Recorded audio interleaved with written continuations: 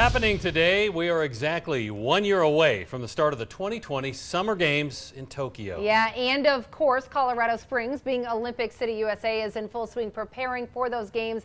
Athletes, coaches, staff, all preparing to take gold in 2020. Yep. News 5 Shayla Jordan live for us this morning, chatting with some athletes and even trying out some of these Olympic sports. Shayla?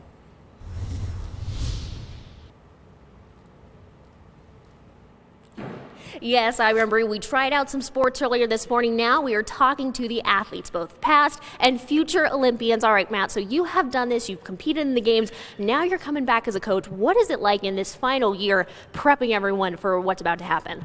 It starts to get tense, and it takes a lot of focus, a lot of dedication, and certainly discipline to get ready for the biggest event in the world. So what is it like? What does the schedule look like for these athletes as they try to get ready for the Olympics? Well, they're going to be doing a lot of international travel, competition, training overseas, and just getting prepared to compete to the best of their abilities.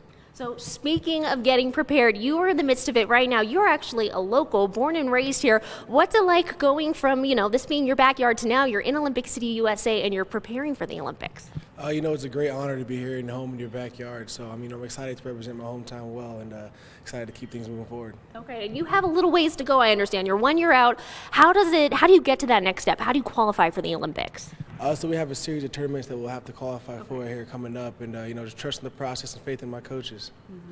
So I know I have a crazy schedule, but I can only imagine what your schedule looks like getting ready day by day. How many hours of training do you have to go through? What does that look like? We're doing at least a minimum of 2 practices a day, and each are about 2 hours long. So we're getting about 4 hours of training a day, and then our recovery as well. So we're training about 5 to 6 hours a day. So the stakes are pretty high. How long has this been a dream of yours to make it to the Olympics? You're so close now. For as long as I started wrestling, I dreamed about doing this, being the best at my craft, and so I'm excited I have the opportunity to now.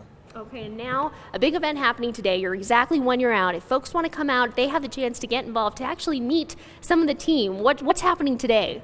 We're going down to Memorial Park at 10 o'clock, and we're going to do some demos, and we're going to do a little one of our workouts just out in the park and kind of show the local community what we do and how we train.